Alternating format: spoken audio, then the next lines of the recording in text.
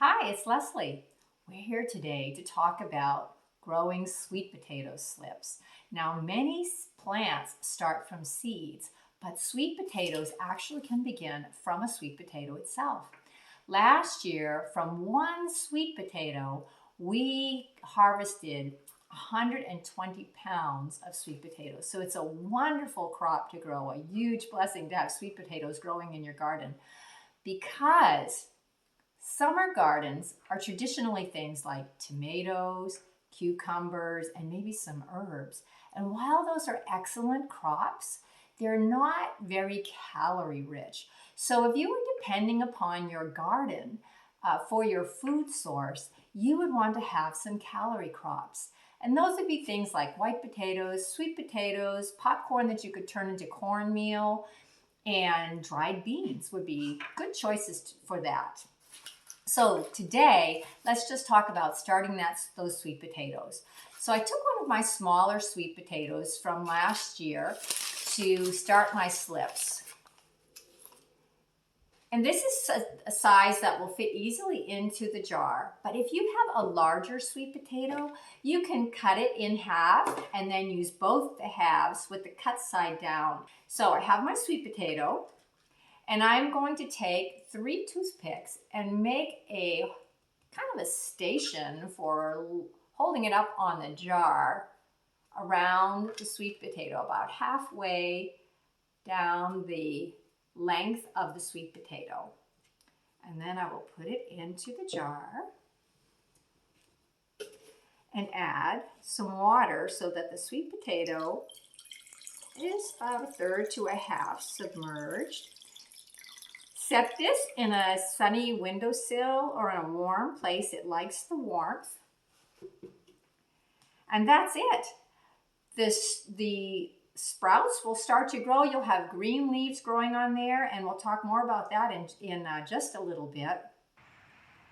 9 days ago, we started sprouting the sweet potato, and I'm very fortunate to have a wood stove and a sunny window by that wood stove. So in 9 days, we've got this sprouting quite beautifully. I neglected to mention that when you put your sweet potato in the jar to start the sprouting process, do change the water out every 2 or 3 days just to keep it fresh and to replenish what evaporates. So here are our sweet potato slips, and it's very easy to start this process. The slip just grows right out of the sweet potato, and I am just going to gently break it off, just like that. Now I could go ahead and start this whole thing, but the miracle in this vine is even if I cut it, I can then sprout both pieces and have 2 slips off of this. Here's another one right here. I might even try. We'll see how that goes. So I'm going to come down and just cut that off. And then I'm going to cut it about here. And then I'm going to remove these lower leaves so that they're not in the water. And just go ahead and I think I'm going to cut this one off too. And just go ahead and put these in a glass of water so that they can start to sprout. And again, I think I've got a little too much water here. I'm going to dump some of that out. I'm going to put this on a warm windowsill, and before you know it, I'm going to have little roots growing here, and then when we get to that point, I'll show you what to do from there. Yesterday, we took some slips off of this potato. Of course, it's going to continue to grow, and actually more little sprouts will begin on the potato the longer it sits in the water. But even just from yesterday, these 3 pieces already have roots growing on them. Even this small little extra piece, they all have the roots growing already. So I thought today we'd start with an experiment. Every year I try something new in my garden. It's fun to try new things, not only new seeds, but also new methods. So Since the slips had already started sprouting so quickly, I thought what we would do today is see if I cut one directly and put it in the growing mix, or if I take one that is already sprouted and put it in the growing mix, and see if they both grow about the same. So I'm going to go ahead and cut another slip from here. I think I'm just going to take a piece of this one right here. So let me grab a piece of this right here. Careful not to cut myself. There we go. So there's one piece that is not rooted. And then I have this piece. Let me take one that's started pretty well. This one has started rooting quite well. So I'm going to mark. I have a garden marker here. These are great markers. They don't wash off in the rain. So this one is cut, and today's date. And this one is already sprouted one day, and today's date. And then we're going to go ahead and mix up some mix. Now when I buy potting mixes, you can make your own, but for starting my seeds, I just like to buy it. I like to get a good quality mix.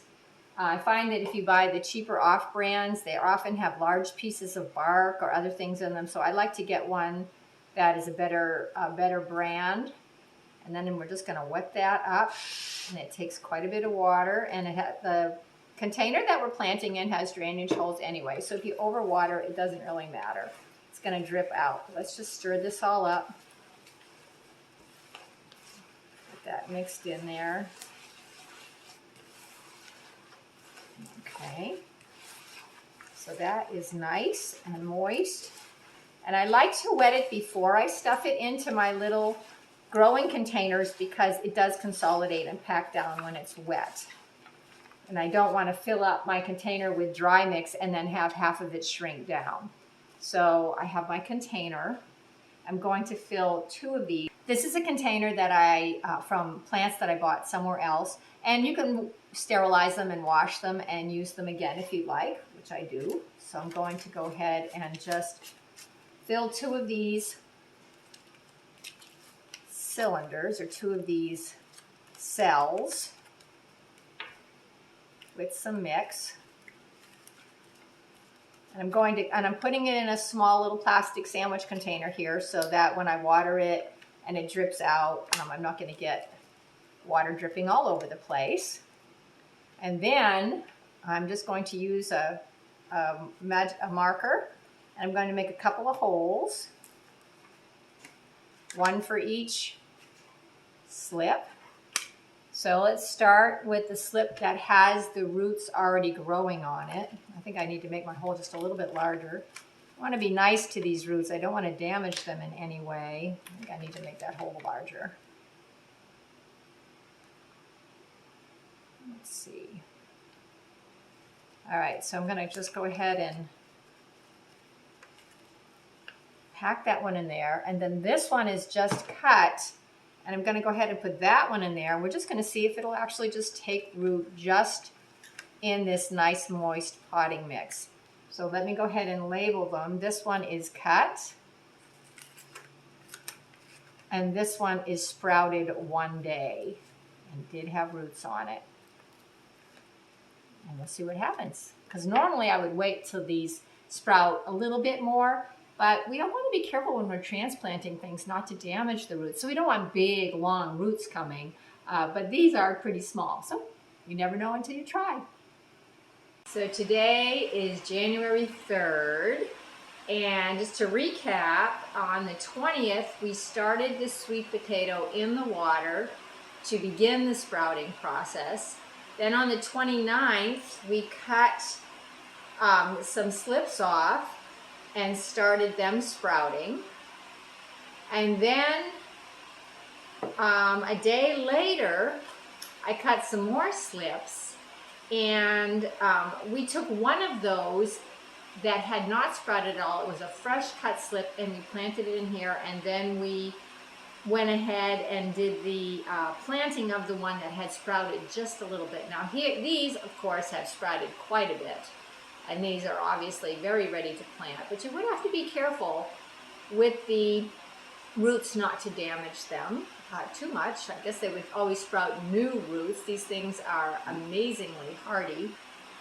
But what I wanted to do is take a look at these. Now these I planted on the 29th. So this one was just cut, did not sprout it at all in water, and stuck it right in the soil. And this one had sprouted for a day and had some very small roots on it.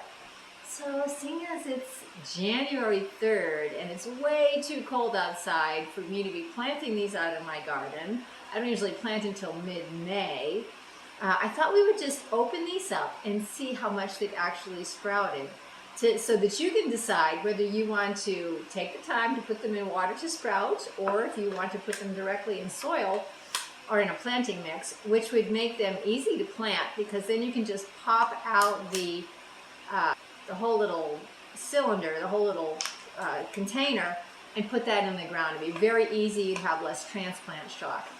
Now I have all these growing. They're not going to do me any good, except maybe if I want to go ahead and sprout these in the house and have some sweet potato leaves to eat over the winter and a beautiful plant at the same time in my house. So let's just open these up and take a look. So first, let's take a look at the one that actually did have a little bit of root growing, and see if how much more root has grown in these few days. Oh, I can already see that just from the little tiny root that was on there. Actually, I'm going to take this out of here, and I'm just going to rinse it so you can actually see. All right, so we had little tiny roots growing, and all this has grown from December 29 to January 3rd. So that's pretty good. And this did have some roots already growing when I put it in, as you saw. But now let's take a look at this one, which came right off of a cut. Let's just pull this one out and see what has happened here. The plant has continued to thrive. There's some new little leaves that are starting to come out, so that I know it's healthy. Now, I have received sweet potato slips in the mail that I have purchased to plant that had very little root on them, and I put them out in my garden, and sometimes in a very short time they all looked dead. Most of them usually do revive if you water them and the heat isn't too intense on them. But I kind of like to do it this way because I feel like I get less transplant shock. Do whatever works for you. But let's just take a look. I'm really curious to see from a direct cut into the mix, and I did keep it moist, and I kept it in a warm place. Very, very, very small roots beginning to grow. Very small roots. Here's one, and here's another one, and yet it is sustaining. So I have no doubt that this will continue. If I were to put it back in the mix and keep it moist, this would continue to grow quite well and be ready to put in the soil when the soil is ready for it.